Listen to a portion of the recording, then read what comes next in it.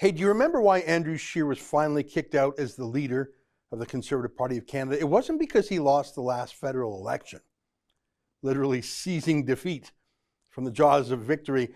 A corrupt prime minister, Justin Trudeau, caught firing his justice minister because she wouldn't let Trudeau's wealthy, corrupt friends at SNC-Lavalin off the hook. The whole blackface fiasco. Disasters on every file. I mean, just take China alone. China has held 2 Canadian hostages for almost 2 years now. It was almost a year back during the election campaign. Trudeau's submissiveness on China alone is a scandal you might topple a government over. And Andrew Scheer flubbed it. What an idiot. He stood for nothing.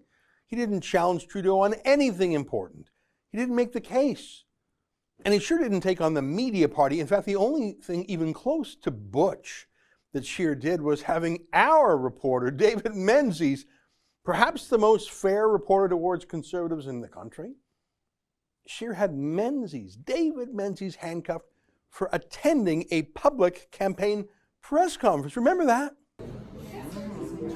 So this is not a public event, and you are not accredited media, so we're going to ask you to leave, please. How do you get to be accredited media? You need to be accredited by the campaign. You are not accredited media, so we're going to ask you to leave, please. And why is that? You are not accredited media. This is a private event. We are going to ask you to leave, please. No, you keep saying that, but why am I not doing an interview right here, right now. You can get in touch with our press office. Well, that's what I was invited for. You were actually not invited. You are not accredited media. We're going to ask you to leave. You can get in touch with the press office and learn more about our. Is this the Andrew Scheer event or the Justin Trudeau event? Mr. Menzies, I'm going to ask you to leave, please. You're not accredited. What is he announcing that you don't want? Who are you, by the way? I'm with the campaign. You're welcome to step outside here. I'll stay here. Yeah, Sir, move. I'm just trying to get an answer. Excuse me. Excuse me. Listen, I know I'm not part of Jerry Diaz's uniform union, but it'd be nice if you gentlemen and lady would be give some solidarity. Can I not talk to these members of the press? Do we have freedom of press here? Do we or not? I'm serious. Justin Trudeau is mean to us, but he never actually put us in handcuffs like Andrew Scheer did. I mean, Scheer's campaign manager, Hamish Marshall, was a founder of Rebel News. More than half of Conservative MPs are Rebel News subscribers or supporters. But that cowardly lion, Andrew Scheer, thought that if he marginalized us, it would make the Wendy Mesleys and the Rosemary Bartons of the world like him. So that's what he did. He gave the CBC and the rest of the media party his lunch money. Even after Rosemary Barton literally sued Andrew Scheer in the middle of the campaign, Scheer still submitted to her. I'll be honest, he deserved to lose. It's just the rest of us in Canada that didn't deserve to be punished with a second Trudeau term. What an awful memory. But do you remember what it was that actually finally threw Scheer overboard? It was graft and grift. It wasn't that he lost a winnable election, that he screwed up for all of us. It's, he didn't define himself. He was afraid of his own shadow. He was a poor campaigner. He didn't know how to fight for himself, let alone others. It wasn't any of those things. I mean, he's a loser, but that wasn't it. He's a loser in the dictionary definition of the term he lost. That's not why he was thrown out of the party. It's that he was found pocketing donations to the Conservative Party to pay for his children's fancy schools. Hey, I'm all for getting your kids to good schools, get them out of the government schools, yes. But why did he make donors to the Conservative Party of Canada pay for that? They thought they were donating to win an election. As the leader of the opposition, he was making just under $270,000 a year. There's no school you can't afford with that kind of dough. But unlike you and me, he also had a free house with servants, actually. It's called Stornoway. It's the official residence for opposition leaders. So that $270 large was on top of his living expenses. And his travel was covered, and he got to keep millions of air miles for free trips for the family. Of course, he also used private jets for his family whenever he could, including for his wife and kids. You're making more than $250,000 a year. You have a free house. Your number one expense is just gone. You got servants. You got free food at that house. You have no normal expenses in life, but you still insist that party money, the $10 and $25 checks to the Conservative Party of Canada, You insist that those be secretly paid to you to cover your kid's school? You know, we've got a word for such a man. That word is liberal. It was that had him dethroned in the end. But of course, he immediately backtracked after saying he'd resign. He said he'd quit, but then he didn't quit. He's a trickster. He's a grifter. He stayed on as the official leader of the opposition as long as possible. What? You didn't think he was going to actually move out of that free house and leave the servants and the double salary 1 minute earlier than he had to do you? No. He stayed in there after he quit. Finally, he was replaced by Erin O'Toole. And I hope Erin O'Toole does well. Now, former party leaders often know it's time to exit the stage. Stephen Harper didn't stick around long. Party leaders have their chance and then they move on. But again, not Andrew Scheer. He's sticking around because really, what is he qualified to do in life? Stephen Harper's in high demand all around the world. People want to know what he thinks. No one cares what Andrew Scheer thinks. No one knows. No one cares. Now, don't tell me Andrew Scheer can go and sell insurance, as we learned that sort of faked those credentials too. He actually wasn't even licensed. I don't think he's done anything else in life. So what can he do? Erin O'Toole threw him a bone and appointed him critic for infrastructure and communities. Did you even know that? I didn't, and I like to think I follow politics fairly closely. I had to look it up because Andrew Scheer has not done much this past year in the way of work. Oh, he's accepted his paychecks, but other than that, I mean, compare him to, say, Pierre Poilievre. Pierre Poilievre is fighting the good fight every day. There are a handful of Conservative MPs and senators that I know what they're up to because they're fighting so hard. Not lazy Andrew. But fine, he deserves his irrelevance. I mean, he's got about 5 seconds left in his 15 minutes of fame. But then look at this. Boom! Andrew Scheer had used public funds to hire his sister-in-law. What a sneaky little grifter.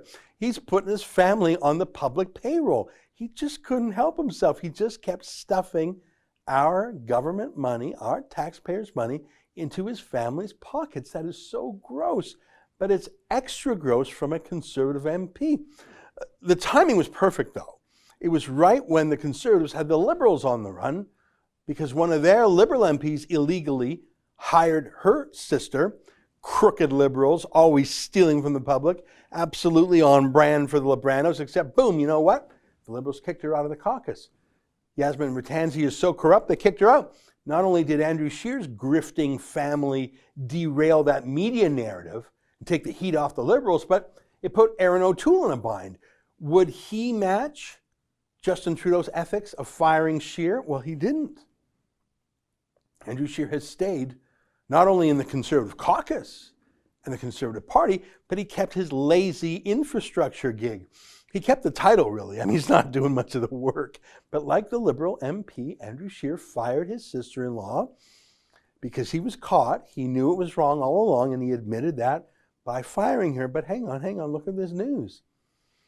Oh my God, he didn't just hire his sister-in-law. He actually hired his own sister when he was the Speaker of the House. Is there any member of the family who he didn't set up with a sweet, sweet little nepotistic gig? The purpose of the Conservatives isn't just to replace the Liberal cronies with their own cronies. That's not why we're all fighting these fights. It's not just red team, blue team, no difference. There's supposed to be a difference, a moral difference, a philosophical difference, a difference in honesty. This is just so gross. Hey, here's a question. Do you think these two cases of nepotism, of hiring family members for sweet gigs instead of hiring the best person for the job, do you think these are the only 2 times Andrew Scheer has done this in his 16 years in public life? Or do you think there just might be other little time bombs ready to explode whenever the Liberals or the media party think it's an opportune time to release them, just like they wanted to change the channel on the Liberal MP hiring her sister? So that's the risk. See, Justin Trudeau is crooked. That's a fact. He's being convicted again and again of breaking the conflict of interest laws. We know Trudeau's corrupt. But in the case of Yasmin Ratanzi, he can honestly say that he cracked down on his corrupt MP immediately he actually did.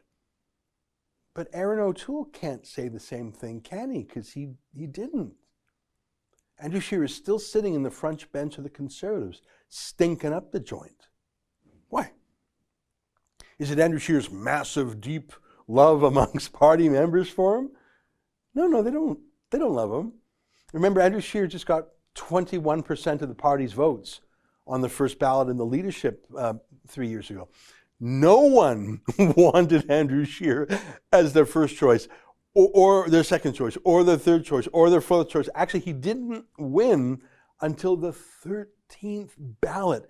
Nobody wanted Andrew Scheer. There was never any Scheer mania, Scheer momentum. No one knew him, and that was part of the problem. No one knew what a little grifter he is, what a little thief. Well, then why keep him? Unlike an actual parliamentary workhorse like Pierre Poilievre, Andrew Scheer hasn't done a thing in the past year except collect his paycheck. So if there is no Andrew Scheer wing of the party to be appeased, if Andrew Scheer is not doing anything useful in Parliament, why? Why keep this ticking moral time bomb with who knows how many other corruption scandals left to explode? Why give up the moral high ground against Trudeau?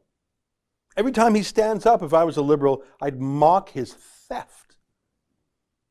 I think Andrew Scheer should have been given the boot long ago. His last appearance on Rebel News proved he's a bit of a coward when it comes to expressing true Conservative ideas. His boycotting of Rebel News and having David Menzies arrested shows his moral character. He would sell out his allies to try to appease his enemies. It didn't work. So I don't get it. What is the possible reason that Erin O'Toole doesn't fire Andrew Scheer from his shadow cabinet to set a new ethical standard for the Conservatives? I think it's one of Erin O'Toole's first tests, don't you? Will he allow a front bench MP to tarnish the party's reputation like this? Is Erin O'Toole really this indecisive? Is he afraid of the media party? The media would love for Andrew Scheer to stick around. He's a walking, talking refutation of the Conservative claim to clean governing. Yeah, I think it's time Erin O'Toole fired that little grifter, Andrew Scheer. What do you think? That's an excerpt from my daily show, The Ezra Levant Show. Every day I do a monologue on the news of the day, then I interview an interesting guest, and then I read my hate mail. You gotta subscribe. Go to rebelnews.com.